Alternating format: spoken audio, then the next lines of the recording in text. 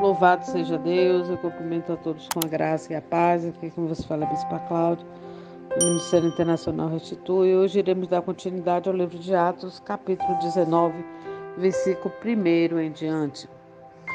E sucedeu que, enquanto Apolo estava em Corinto, Paulo, tendo passado por todas as regiões superiores, chegou a Éfeso e, achando ali alguns discípulos, disse-lhes: Recebeste vós já o Espírito Santo quando creste? E eles disseram-lhes: Nós nem ainda ouvimos que haja Espírito Santo. Perguntou-lhe então: Em que sois batizado então? E eles disseram: No batismo de João. Mas Paulo disse: Certamente João batizou com o batismo de arrependimento, dizendo ao povo que cresce no que após ele havia de vir, isto é, em Jesus Cristo, e os que ouviram foram batizados em nome de Jesus Cristo, e impondo-lhes Paulo as mãos, veio sobre ele o Espírito Santo, e falavam em línguas e profetizaram, e estes eram ao todo uns 12 homens. Versículo 8, e entrando na sinagoga, falou ousadamente por espaço de 3 meses, disputando e persuadindo-os acerca do reino de Deus. Mas, como alguns deles se endureceram e não obedecessem, falando mal do caminho perante a multidão, retirou-se deles e se separou os discípulos, disputando todos os dias nas escolas de um certo tirano. E durou isto por espaço de 2 anos, de tal maneira que todos os que habitavam na Ásia ouviram a palavra do Senhor Jesus, assim judeus como grego, e Deus, pelas mãos de Paulo, fazia maravilha extraordinária. De sorte que até os lenços e aventais se levavam do seu corpo aos enfermos, e as enfermidades fugiam deles, e os espíritos malignos saíam. E alguns dos exorcistas judeus ambulantes tentavam invocar o nome do Senhor Jesus sobre os que tinham espírito maligno, dizendo: Conjuro-vos por Jesus a quem Paulo prega. E os que faziam isto eram 7 filhos de Serva, judeu principal do sacerdote. Respondeu, porém, o espírito maligno disse: Conheço a Jesus e bem sei quem é Paulo, mas vós quem sois? E saltando neles o homem que tinha o espírito maligno, assenhorando-se deles por demais do que eles, de tal maneira que nus e feridos fugiram daquela casa. E foi isto notório a todos os que habitavam em Éfeso, tanto judeu como grego, e caiu o temor sobre todos eles, e o nome do Senhor Jesus era engrandecido.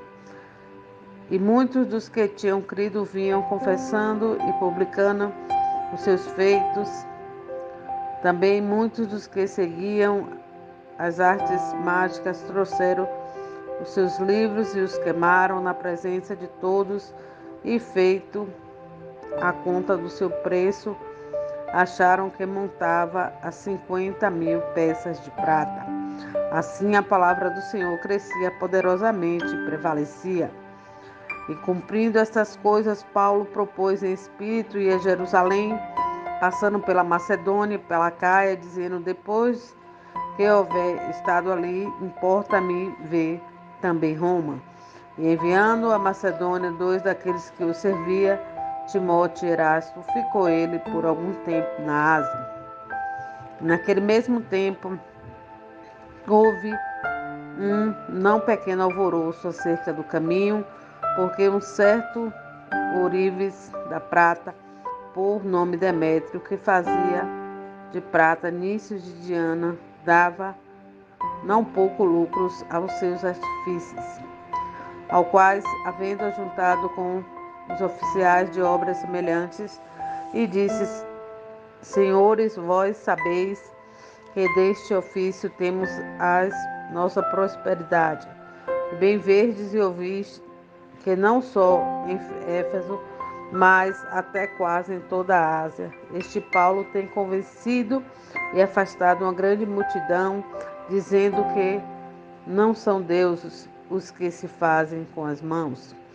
E não somente há o perigo de que a nossa profissão caia em descrédito, mas também de que o próprio templo da grande deusa Diana seja estimado em nada, vindo a ser destruído a majestade daquela que toda a Ásia e o mundo veneram. E ouvindo, encheram-se de ira e clamando, dizendo: Grande é a Diana dos Efésios. E encheu-se de confusão de toda a cidade, e unânimes correram ao teatro, arrebatando a Caio e a Aristarco, macedônios, companheiro de Paulo na viagem, e querendo Paulo apresentar-se ao povo, não lhes permitiram os discípulos. E também alguns dos principais da Ásia, que eram seus amigos, lhes rogaram que não se apresentassem no teatro. Uns, pois, clamavam de uma maneira, outras de outras, porque o ajuntamento era confuso, e os mais deles não sabiam por que causa se tinham ajuntado. Então tiraram Alexandre dentro da multidão, impelindo os judeus para diante, e Alexandre, acenando com as mãos, queria dar razão disto ao povo. Mas quando conheceram que era judeu, todos unicamente levantaram a voz, clamando por espaço de quase 2 horas: Grande é a Diana dos Efésios. Então o escrivão da cidade, tendo apaziguado a multidão, disse: Homens efésios, qual é o homem que não sabe que a cidade dos Efésios é a guardadora do templo da grande deusa Diana e da imagem que desceu de Júpiter? Ora, não podendo isto ser contraditado, convém que vos aplaqueis e nada façais temerariamente. Porque esses homens que aqui trouxeste nem são sacrilégios, nem blasfemam da vossa deusa. Mas se Demétrios e os artífices que estão com ele têm alguma coisa contra alguém, a audiência e a procursores que se acusem uns aos outros. E se de alguma outra coisa demandais, averiguar-se-á em legítima assembleia.